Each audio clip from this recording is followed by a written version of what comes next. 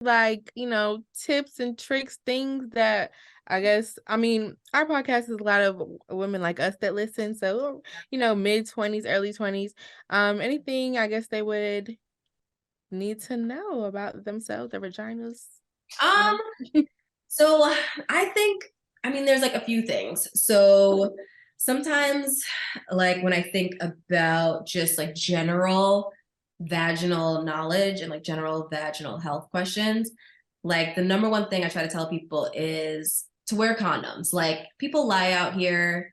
People will tell you they don't have an STD when they do, or they feel self-conscious about it. They want to bring it up because then that'll scare you. Even the most committed, let me not say that, but even the most, even the person that's telling you they love you the most, Hmm. if you are not comfortable with the idea that you could get something from this person, and potentially have it for your whole life, wear a condom. Like it's fine. Don't let the boys pressure you. Don't let them pressure you saying it doesn't feel the same for them, or like sex is not the same with the condom. Well, you know what? My life is not the same with herpes. Like, so Fun. wear the condom. Okay. That's like Hmm. the number one vaginal tip that I will give, because some women, they get these things really early on in their 20s and it affects you for your whole life. It affects you Hmm. sometimes in pregnancy, depending on what it is. So you have to think about the bigger picture, not just about the right now and the ooh, that this guy is cute and yeah, I want to have sex, blah, blah, blah. You have to like protect yourself.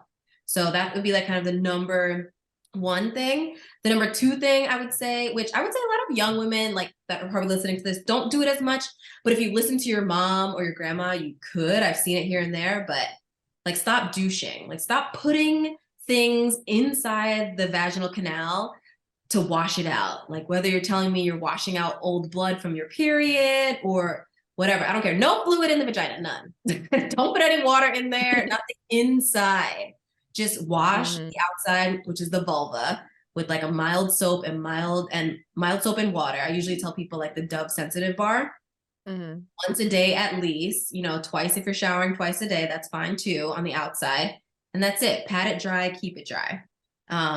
Those are kind of like my biggest things for people. And then try the probiotic if you're having the chronic yeast infections and chronic BV. You try taking a probiotic every day. Because I think those are the most common things I kind of talk to younger women about. Okay. Real Yeah. quick question. Okay. Yeah. Are you supposed to wear underwear every day? Like, are we So Okay. Right. you don't have, I mean, do whatever you want, honestly. okay? Okay. I always tell people to try to let it breathe a little bit. Because a lot of those things like yeast infections will grow because the vagina is really moist. So like don't sit in wet underwear or a wet bathing suit for a long time. Let it breathe if you can. Don't wear these tight jeans all day long. Um, so I would say like skirts or letting it just kind of air out like for a few minutes a day can be beneficial for a lot of different things. Yeah. So you don't have to wear underwear if you don't want to. I was like, you're like affirming her. She's like, yep, that's what Yeah, I I knew thought. it. Yeah. I'm gonna keep going like this. Yeah. That's funny. Well, thank